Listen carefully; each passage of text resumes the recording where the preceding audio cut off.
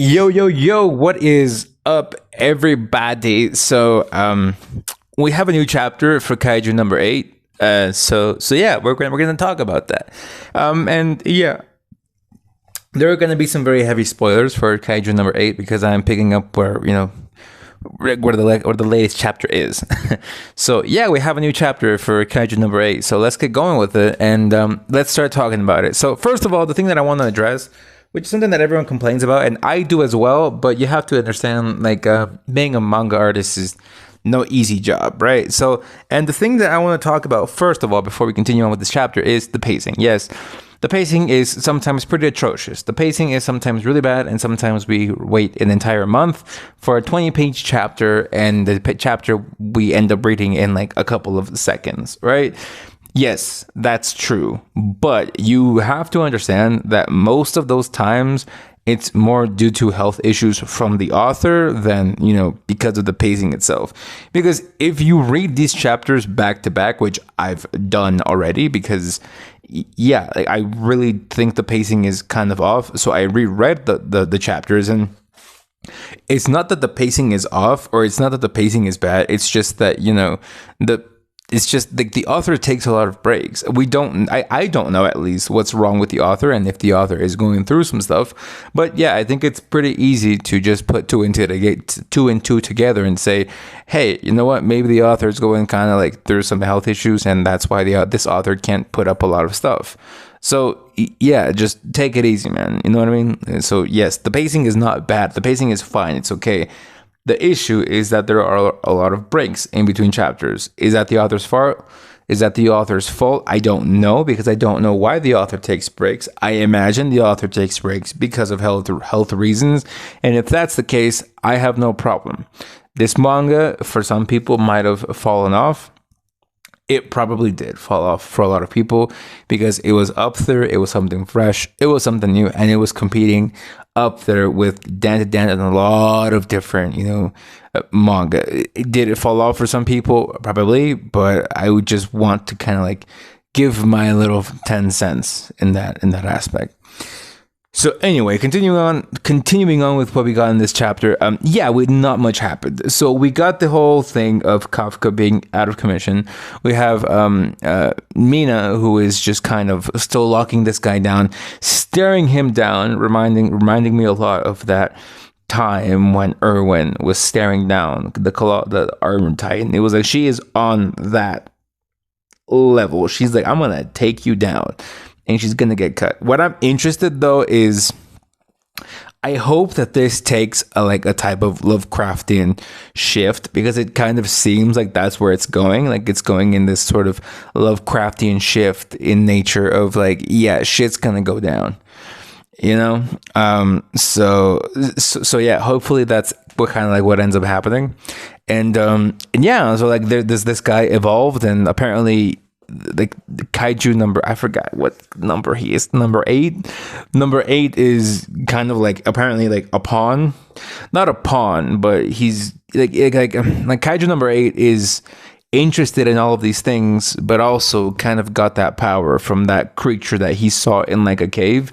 So I'm really interested in getting more lore on these things, and hopefully finally we can really understand what Kafka has to do with that samurai that he saw, and what that thing that took over Kafka's body is. Because again, the pacing is not bad. It's actually good. We just haven't we've had too many breaks to kind of take everything, in a good way. Because the manga in the anime in one season basically kind of did everything that we were it's already half of the manga. Like season 1 is already half of the manga so far, almost, kind of. So yeah, we're kind of not too far off into it. So that's kind of like the whole situation, right? So instead of, don't look at it that way, just look at it as, there's a lot of pauses. And then we also got that Hoshina, I'm gonna pronounce it how I pronounce it in Spanish, which is Hoshina. Hoshina ended up coming in here clutch and attacking Kaiju number 8. wasn't able to do much damage because Kaiju number 8 is on some bullshit. So apparently using like not even creating a shield, just flicking it away, I think the slashes. So it'll be very interesting to see Hoshina with your boy Narumi coming in clutch and just between both of them fucking up this kaiju. And I would really like it if they took the W and Kafka just kind of stayed out of commission. Now, what I would like for this ending of the arc to, like, the route of this to take would be, number one, to have Hoshina and Narumi take out Kaiju number 8, or at least force him to retreat. Force it to retreat.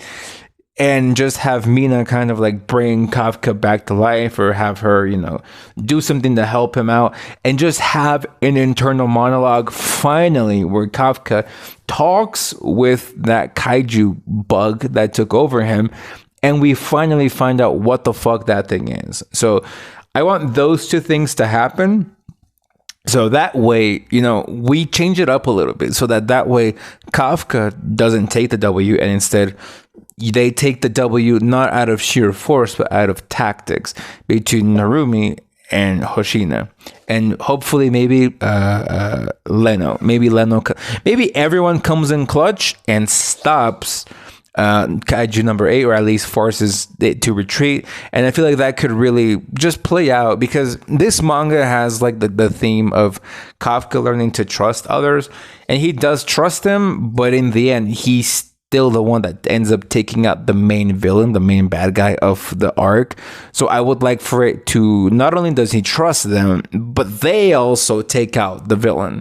So it would be good if they can take him out, or at least force it to retreat, so that, you know, Kafka can just, so that we can focus on one thing at a time, because we have to defeat the fucking kaiju, and we have to kind of like find out what's going on with Kafka. So I feel like we could split it and just have the defeat of the kaiju be in the hands of the background characters, and have the whole reveal of what's going on with Kafka focus on Kafka, so we can divide it in those two things, so that it's a little bit more dynamic, so that, you know, Kafka doesn't take the W again, so that instead he can use this defeat as a way to synchronize better with that kaiju bug monster, and then potentially unlock a bigger, fuller potential.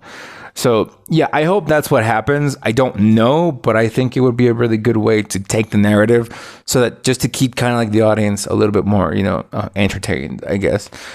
Anyway, I'm loving this manga. I don't really mind the pacing being kind of off because of the breaks, as long as it helps the author's health. Anyway, give me your opinions. It's a pretty short video because, again, not much happened. So yeah, it's a pretty short video. So I'll see you guys next time. So bye-bye.